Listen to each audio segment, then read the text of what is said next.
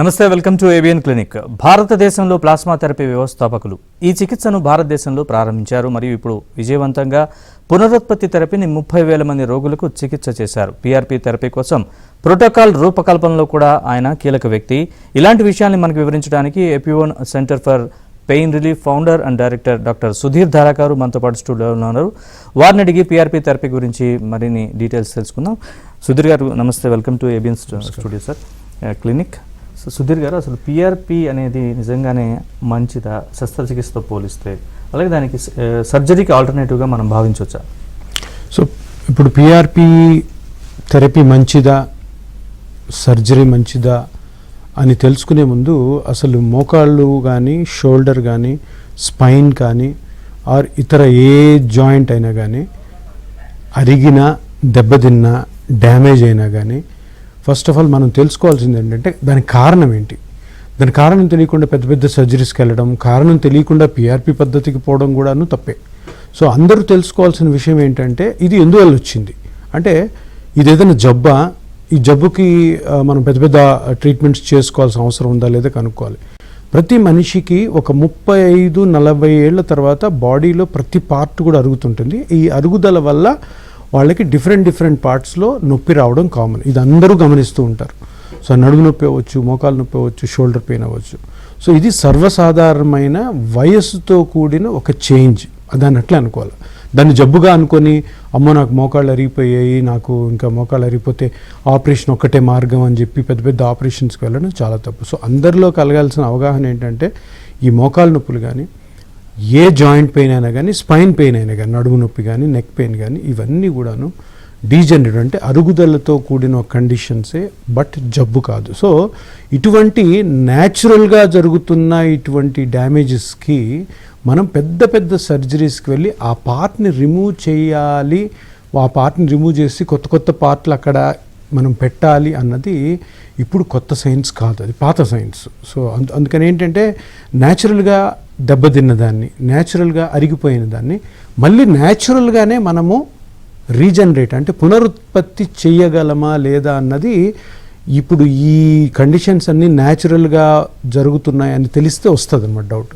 So అందుకని ఇప్పుడు లేటెస్ట్గా వచ్చిన ట్రీట్మెంట్ ఏంటంటే, ఏ పార్ట్ అయితే అరిగిపోవడం వల్ల, ఏ పార్ట్ అయితే దెబ్బతినడం వల్ల మీకు నొప్పి వచ్చిందో దాన్ని మళ్ళీ మీ యొక్క ఓన్ బ్లడ్తోనే నార్మల్ చేసుకోవడం, దీన్నే PRP therapy are plasma therapy అంటారు.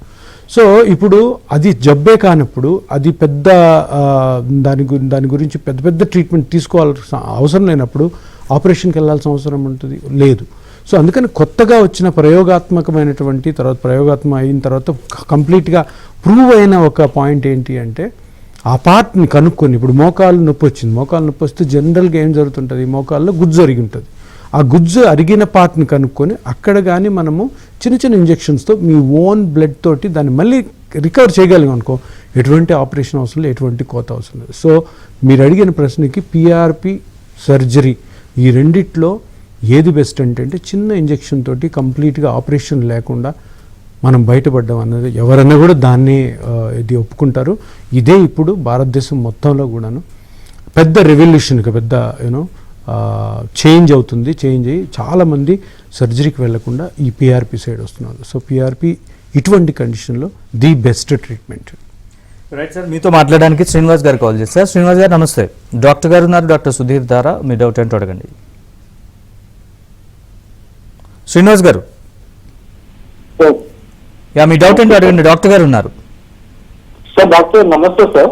నమస్తే అండి శ్రీనివాస్ గారు, చెప్పండి. సార్ ఇప్పుడు డయాబెటిక్ వల్ల నీ పెయిన్ వస్తుంది సార్, డయాబెటిక్ ఉండేది. మీకు ఏంటండి ప్రాబ్లం ఏంటి? నీ పెయిన్ సార్, నడుస్తుంటే మెట్లు ఎక్కుతుంటే నీ పెయిన్ నొప్పి రావడం. మీ వయసు ఎంత? 50 years సార్. 50? అవును సార్. మీకు డయాబెటీస్ ఉంది? ఉంది సార్. అయితే ఇక్కడ డాక్టర్స్ దగ్గర చూపిస్తే ఎక్స్రే తీస్తే అరుగుదల కట్ట ఏమి లేదన్నారు సార్. ఓకే, దెబ్బ తగలలేదు కదా ఇప్పుడు? ఎప్పుడు దెబ్బ తగలేదు, కానీ ఎక్స్రేలు కాస్త ఎయిర్ క్రాక్ లాగా ఉన్నాయి, సిమెంట్ ఫెర్టిలైజ్ చేస్తే బెటర్ అని అన్నారు సార్. ఓకే, దెబ్బ తగలకుండా మీకు 50 years కాబట్టి మీకు మోకాలు నొప్పి వచ్చింది అంటే అది డయాబెటీస్ వల్ల కానే కాదు. డయాబెటీస్, షుగరు ఆ ఇతరత్ర డిసీజెస్ వల్ల మోకాళ్ళ అరుగుదల ఎప్పుడూ రాదు. మోకాలు అరుగుదల లేదంటే మోకాలు నొప్పి రావడానికి రెండు కారణాలు. ఒకటి, ఆ మోకాలకి ఏమైనా దెబ్బ తగిలినా యాక్సిడెంట్ వల్ల. రెండోది, 50 years దాటిన తర్వాత మోకాలు అరుగుదల అంటే మోకాల్లో గుజ్జు అరిగిపోవడం వల్ల నొప్పి వచ్చి ఉంటుంది. మీకు ఎక్స్రే తీశారు కాబట్టి ఎక్స్రేలో ఓన్లీ ఎముకల దగ్గరికి వచ్చినట్టే తెలుస్తుంది, కానీ మిగతా పార్ట్స్ ఏవి అరిగాయి, దేనివల్ల డ్యామేజ్ వచ్చిందని మనం చెప్పలేము ఎక్స్రేలతో. అందుకని దీనికి ఏంటంటే ఒక డైనమిక్ అల్ట్రాసౌండ్ టెస్ట్ అని ఉంటుంది, అది చేయాలి. అది చేసినప్పుడు మీ మోకాల్లో ఎముకలతో పాటు లిగమెంట్స్ కానీ, మజిల్స్ కానీ, మెనిస్కస్ కానీ, కార్టిలేజ్ కానీ ఏది దెబ్బతినింది, ఏది ఎక్కడ దెబ్బతినింది, ఏది ఎంత దెబ్బతినింది అన్న మెజర్మెంట్స్ అన్నీ తెలిస్తే మనం మళ్ళీ ఈ ప్లాస్మా థెరపీ తోటి కంప్లీట్గా మిమ్మల్ని రికవర్ చేయొచ్చు. ఒక్కసారి ఇపియానిక్కి రండి, మిమ్మల్ని కరెక్ట్గా ఎవాల్యుయేట్ చేసి కంప్లీట్గా రికవర్ అయ్యి చేసే ఛాన్స్ ఉంది. డాక్టర్ గారు, ఈ డయాబెటీస్, హార్ట్, కిడ్నీ పేషెంట్స్ అంటే కొంచెం హై రిస్క్ పేషెంట్స్, వీళ్ళలో పిఆర్పి పనిచేస్తుందా, ఎలా పనిచేస్తుంది?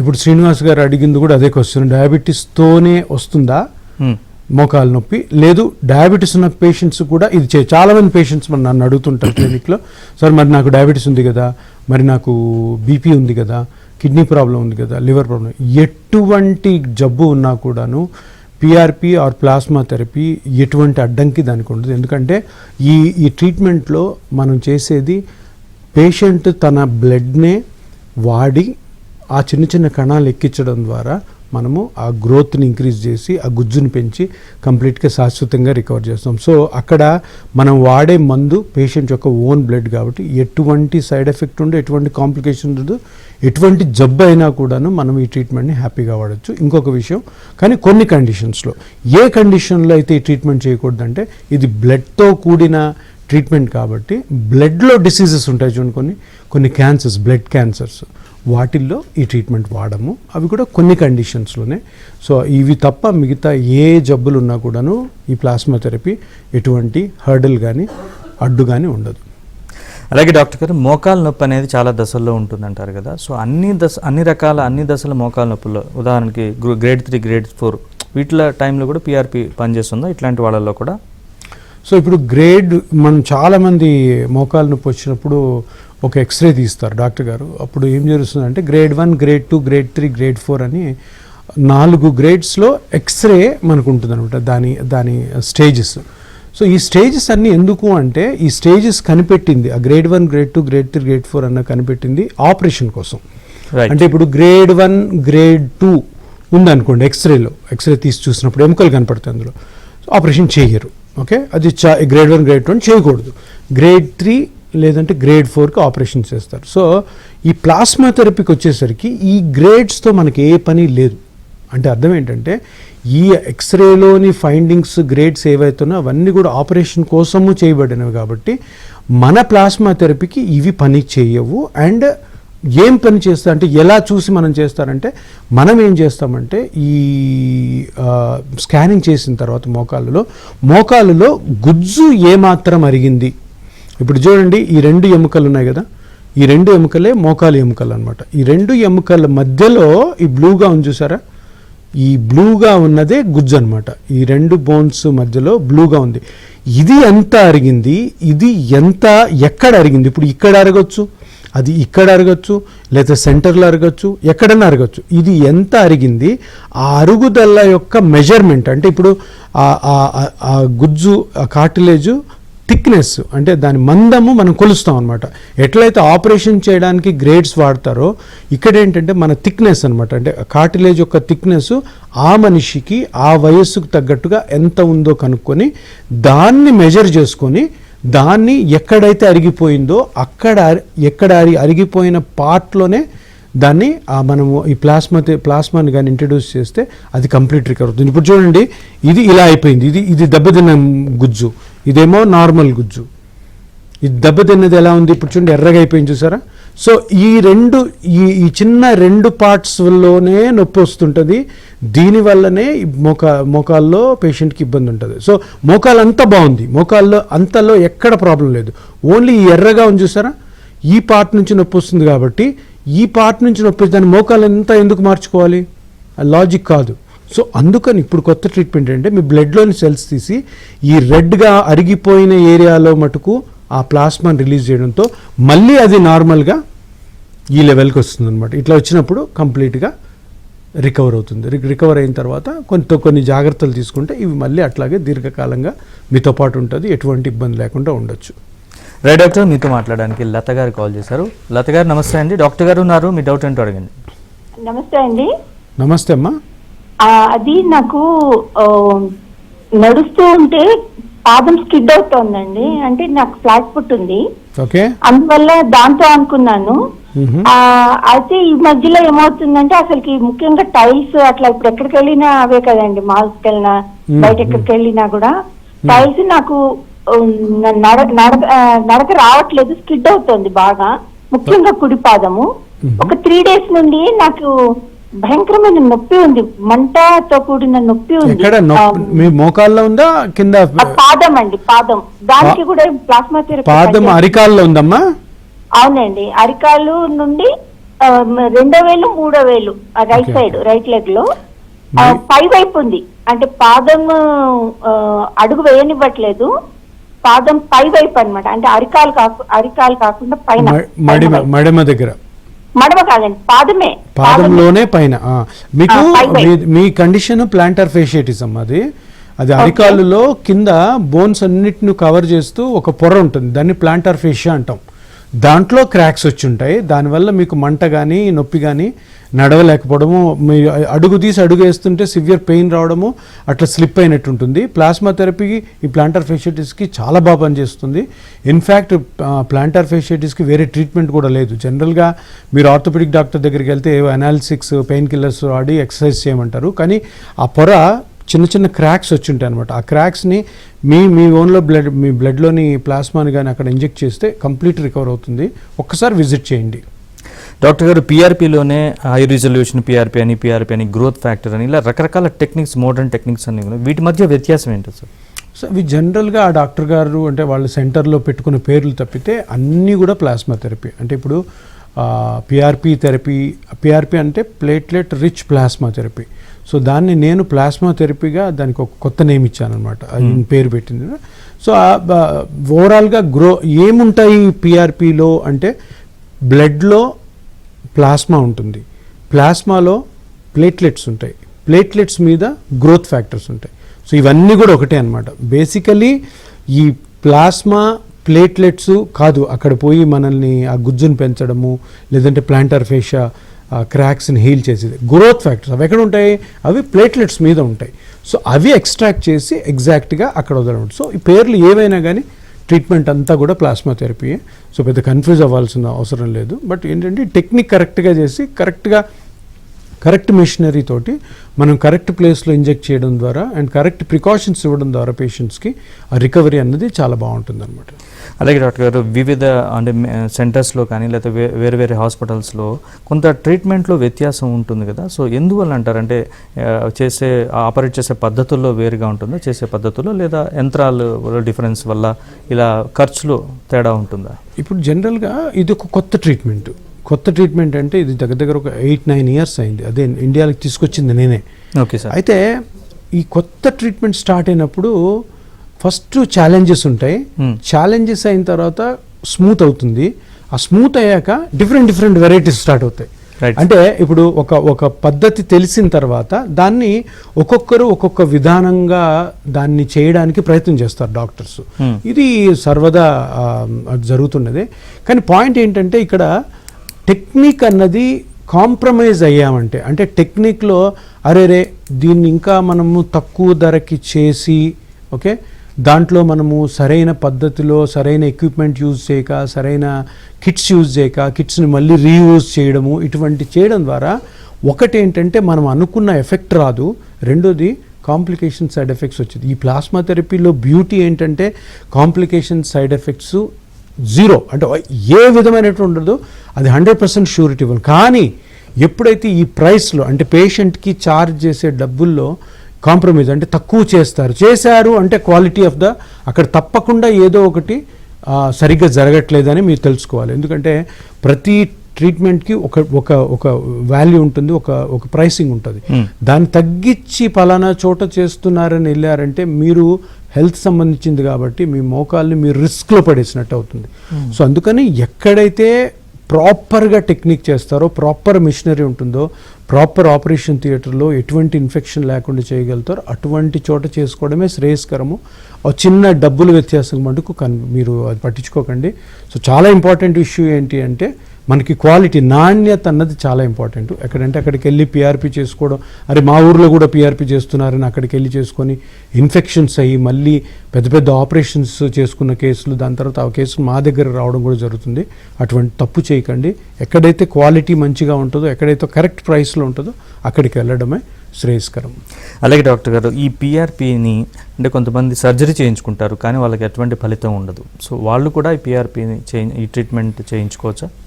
సో ఇది మంచి క్వశ్చన్. ఇప్పుడు చాలా ఆల్మోస్ట్ 70-80%, 170-80 మంది ఈ 60-70 సంవత్సరాల నుంచి కూడా ఆపరేషన్ ఉంది కాబట్టి అరే ఇంకా వేరే మార్గం లేదు అనుకొని ఈ ప్లాస్మా థెరపీ గురించి తెలియని వాళ్ళు ఆపరేషన్కి వెళ్తున్నారు.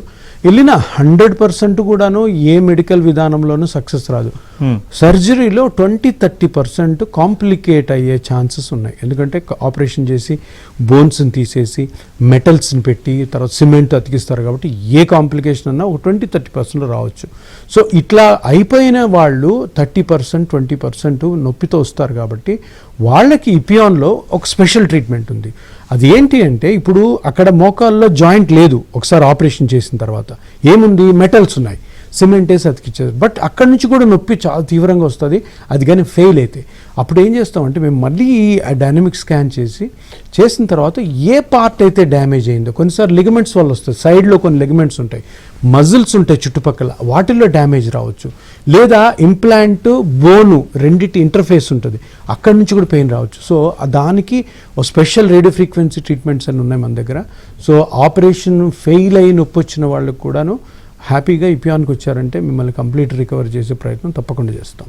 అలాగే డాక్టర్ గారు, ఈ పిఆర్పి థెరపీ అనేది platelet rich plasma therapy, so ఏ వయసు వారి వరకు చేయొచ్చు, అదొకటి, ఎన్ని దశల్లో చేయాలి, ఎంతకాలం చేయాలి? సో పిఆర్పి అన్నది ఇట్స్ అ న్యాచురల్ ట్రీట్మెంట్. అంటే ప్రకృతి విధంగా పేషెంట్ యొక్క ఓన్ బ్లడ్తోనే మళ్ళీ ఆ డ్యామేజ్ని పునరుత్పత్తి చేయడము. సో దీంట్లో వయసుకి ప్రమేయమే లేదు. చిన్నప్పటి నుంచి అంటే మా ఐపియాన్లో మేము ఇప్పటివరకు మోర్ దెన్ 35,000-40,000 కేసెస్ చేసి ఉంటాం. దాంట్లో ఏజ్ లిమిట్ వచ్చేసి, ఏజ్ రేంజ్ వచ్చి 15 years చిన్న బాబు నుంచి మేము 98 years వరకు చేసాం. 98 years వరకు. ఈ మధ్యలో కొన్ని 35,000 మంది ఉన్నారు. సో 15 yearsలో ఒక చిన్న బాబు బ్యాడ్మింటన్ ఆడుతూ నీ జాయింట్ లిగమెంట్ కట్ అయింది. సో ఆ బాబుకి పాపం ఏదో మందులు వాడాడు, తగ్గలేదు. మనము పిఆర్పి ప్లాస్మా థెరపీ చేసి కంప్లీట్ రికవర్ చేసి మళ్ళీ ఇప్పుడు బ్యాడ్మింటన్ ఆడుకున్నాడు. 98 yearsలో ఒక ఆయనకి మోకాలు అరిగిపోయింది. మోకాలు 98 yearsలో తప్పకుండా అరుగుతుంది.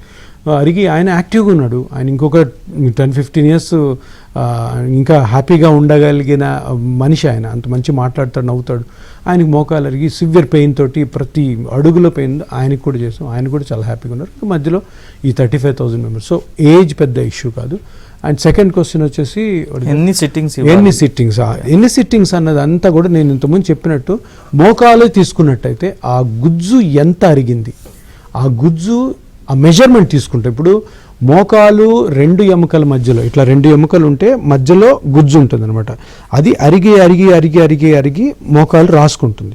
సో ఆ గుజ్జు మందం ఎంత ఉందో దాన్ని బట్టి సిట్టింగ్స్ ఉంటాయి. ఇప్పుడు మామూలుగాను ఒక 55-60 years ఏజ్ ఒక మనిషి వచ్చినప్పుడు సో వాళ్ళకి అరౌండ్ 2 millimeters మందం ఉండాలన్నమాట. ఉంటే నొప్పి ఉండదు. సో అది కానీ అరిగిందంటే నొప్పి ఉంటుంది. అదే ఇప్పుడు 0.5, 0.6 ఉందనుకోండి, 4 sittings ఉంటాయి. అదే 1 mm కంటే ఎక్కువ ఉందనుకో 2 sittings ఉంటాయి. 1.5 కంటే ఎక్కువ ఉందనుకో సింగిల్ సిట్టింగ్ ఉంటుంది. అట్లా ఇది ఒక ఎగ్జాంపుల్ అనమాట. పేషెంట్ చూసిన తర్వాత, స్కానింగ్ చేసిన తర్వాత, అంటే ఇంకోటి దీంట్లో చాలా ముఖ్యం ఏంటంటే వాళ్ళు చేసే పనుల వల్ల కూడా మనం సిట్టింగ్స్ మారుతాయి. ఇప్పుడు ఒక టీచర్ ఉంటారు, టీచర్ నిలబడి 8 గంటలు పనిచేయాలి ఇప్పుడు. సో అప్పుడు వాళ్ళకి డిఫరెంట్ ట్రీట్మెంట్ ఉంటుంది. ఒక డ్రైవర్ ఉంటారు, ఆ లెఫ్ట్ లెగ్ తోటి క్లచ్ తొక్కుతూ ఉంటారు.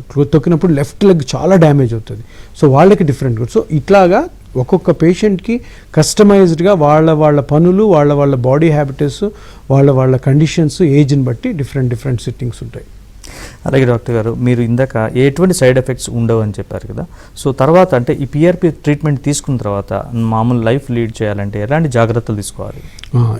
ఇది చాలా ఇంపార్టెంట్. అందరూ అనుకుంటుంటారు ఈ డాక్టర్ గారు ఏంటి అంత పిఆర్పి అంటే అంత సూపర్ ట్రీట్మెంట్, ఇంకా అది తీసుకుంటే ఇంకా ఆపరేషన్ అవసరం అనేది కాదు.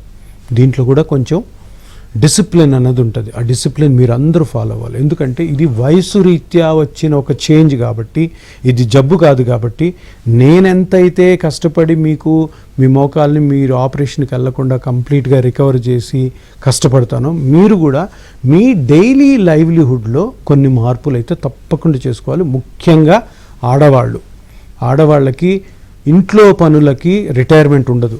మీరు రిటైర్మెంట్ తీసుకోవాలి. ఒక ఏజ్కి వచ్చిన తర్వాత పనులు తగ్గించుకోవాలి.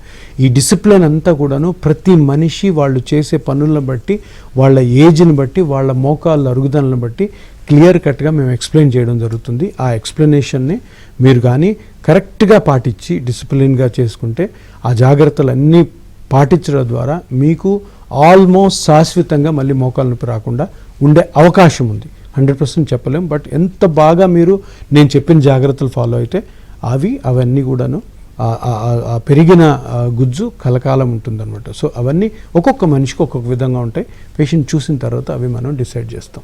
అలాగే డాక్టర్ గారు, ఇప్పుడు సర్జరీకి వెళ్తే దానికి ముందు కొన్ని ప్రోటోకాల్ పరంగా టెస్టులు కొన్ని చేస్తారు. అట్లాగే ఈ పిఆర్పికి వెళ్లే ముందు అట్లాంటి పరీక్షలు ఏమైనా చేయాల్సి ఉంటుందా?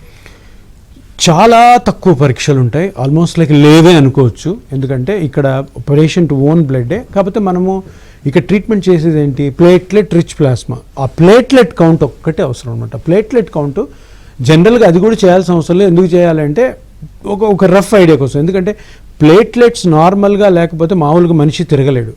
ప్లేట్లెట్స్ బాగా డౌన్ అయిపోయారంటే మంచం మీద ఉంటాం మనం.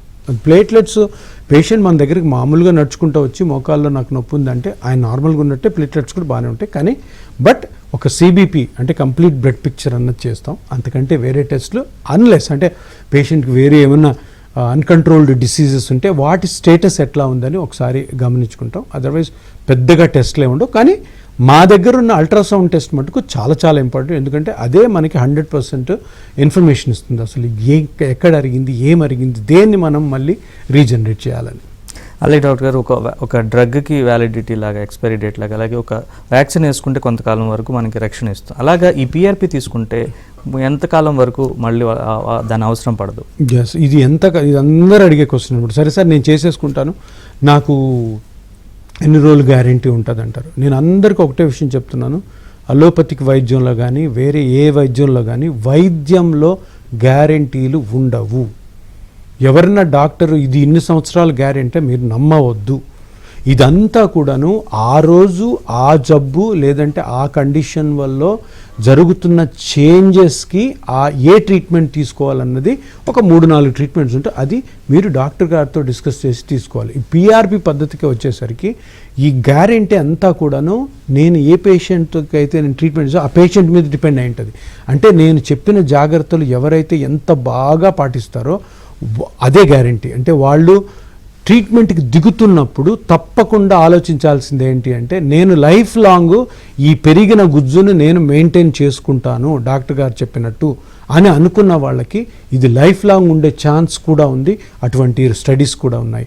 కానీ ఎప్పుడైతే మీరు ఆ డిసిప్లిన్ని తప్పి సైడ్కి వెళ్ళారో మీకు మళ్ళీ నొప్పి వచ్చే అవకాశం ఉంటుంది. అటువంటి వెళ్ళకుండా మిమ్మల్ని అలా ట్రైన్ చేస్తాము. కానీ గ్యారంటీ అంతా కూడా మీ చేతిలోనే ఉంటుంది. ఎందుకంటే అది మీ రెస్పాన్సిబిలిటీ. బట్ దాన్ని ఎట్లా ఉండాలి, మీరు ఏం చేయాలన్న ట్రైనింగ్ మొత్తం మేము ఇస్తాము. మీరు కరెక్ట్గా అవి చేస్తున్నారో లేదో కూడా మీ ఇంటికి ఫోన్ చేసి మేము వాచ్ చేస్తూ ఉంటాం. సో ఇదంతా కూడాను ఒక డాక్టరు, ఒక పేషెంట్ యొక్క బంధువులు అందరూ కలిసి హోలిస్టిక్గా కాంప్రహెన్సివ్గా ఈ ట్రీట్మెంట్లో ఇన్వాల్వ్ అయితే ఈ ట్రీట్మెంట్ తోటి కంప్లీట్గా ఆపరేషన్స్ అన్నిటిని కూడా స్టాప్ చేసేయచ్చు. డాక్టర్ గారు ఫైనల్గా చెప్పండి, మీరు ఎంతోమంది అంటే 5,000కు పైగా డాక్టర్లకి శిక్షణ ఇచ్చారు ఈ పిఆర్పీలు. అలాగే ఎన్నో సెంటర్స్లో కూడా మీ దగ్గర నేర్చుకున్న వాళ్ళు ఎన్నో సెంటర్స్ సెటప్ చేసి చాలామందికి అందిస్తున్నారు ఈ ట్రీట్మెంట్. అసలు మీ విజన్ ఏంటి? సో విజన్ అయితే ఫస్ట్ టైం నేను 2016-17లో ఇది రీసెర్చ్ చేస్తున్న క్రమంలో ఒక ట్రీట్మెంట్ ఆల్రెడీ ఉంది వెస్ట్రన్ కంట్రీస్లో. ఆ ట్రీట్మెంట్ మన ఇండియాకు కూడా తీసుకురావాలి. ఇండియాలో కూడా సర్జరీలు మోతాదు బాగా తగ్గించాలి. ఎందుకంటే కాంప్లికేషన్స్ ఉంటున్నాయి, చాలా ఖర్చుతో కూడిన పని. అన్న దృక్పథంతో స్టార్ట్ చేసిన తర్వాత ఇది సూపర్ సక్సెస్ అయిన తర్వాత నెక్స్ట్ ప్రతి డాక్టర్కి వచ్చే ఆలోచన అంటే ఇది చాలామంది డాక్టర్స్కి నేర్పించాలని. అట్లాగే నేను సెకండ్ ఇయర్ నుంచి అంటే 2019 నుంచే చాలామంది డాక్టర్స్ని నేర్పి ఇప్పుడు మోర్ దెన్ 3,500 4,000 మెంబర్స్కి చేశాను. సో వీళ్ళు కూడా వాళ్ళ పార్ట్స్లో వెళ్ళి కరెక్ట్ ట్రీట్మెంట్ చేస్తూ అంత ఈవెన్ విలేజెస్ కూడా స్ప్రెడ్ అవ్వాలని. సో ఇది ముఖ్య ఉద్దేశం. ఇంకా ఇప్పుడు ప్లాన్ ఏంటంటే ఇప్పుడు ఆల్రెడీ మనకి 3 సెంటర్లు ఉన్నాయి, హైదరాబాద్, బెంగళూరు అండ్ చెన్నై, అండ్ దిల్సుఖ్ నగర్ కొత్తది వస్తుంది. అండ్ 2 ఇయర్స్లో 15 సెంటర్స్ ఇండియా మొత్తము ప్లస్ ఆల్సో గల్ఫ్ కంట్రీస్లోనూ స్టార్ట్ చేయడము ఇది ప్లాన్. దీనికి మేము ప్లాన్స్ చేస్తున్నాము. సో దట్ మొత్తం ఫస్ట్ ఆఫ్ ఆల్ ఇండియాలోనే కంప్లీట్గా ఈ ప్లాస్మా థెరపీ తోటి ఆపరేషన్ లేకుండా పేషెంట్స్ జాయింట్ పెయిన్స్ అన్నీ రికవర్ చేయడం ప్లస్ ఆల్సో ఫ్యూచర్లో ఆపరేషన్స్ బాగా తగ్గిస్తూ అందరూ ఆపరేషన్ చేసే డాక్టర్స్ కూడా ఇది కానీ నేర్చుకున్నారంటే చాలామంది పేషెంట్స్ ఎటువంటి బాధ పడకుండా. ఇంకొక ముఖ్యమైన విషయము లాస్ట్ ఇది ఏంటి అంటే ఈ అన్నీ కూడాను మనం చేసే పనుల వల్ల వయసు వల్ల జరిగేవి కాబట్టి మీరు ఇవి రాకుండానే కాపాడుకోవచ్చు. ఏ ప్లాస్మా థెరపీ అవసరం లేదు, ఏ సర్జరీ అవసరం లేదు. మీరు 35 ఏళ్ల నుంచి కూడాను మోకాళ్ళు కానీ స్పైన్ కానీ షోల్డర్ కానీ అరగకుండా తీసుకోవాల్సిన జాగ్రత్తలను తీసుకుంటే ఎటువంటి డాక్టర్ దగ్గరికి పోవాల్సిన అవసరం లేదు, ఏ నొప్పితో బాధపడాల్సిన అవసరం లేదు. ఇది ముఖ్య ఉద్దేశం ఈపీఆన్ది. Thank you very much doctor. Epion pain management సెంటర్లో మీరు అందిస్తున్న లేటెస్ట్ ట్రీట్మెంట్స్ గురించి చాలా చక్కగా వివరించినందుకు. ఇది వాళ్ళ ఏబిఎన్ క్లినిక్. న్యూస్ అప్డేట్స్ కోసం చూస్తూనే ఉండండి ఏబిఎన్ ఆంధ్రజ్యోతి.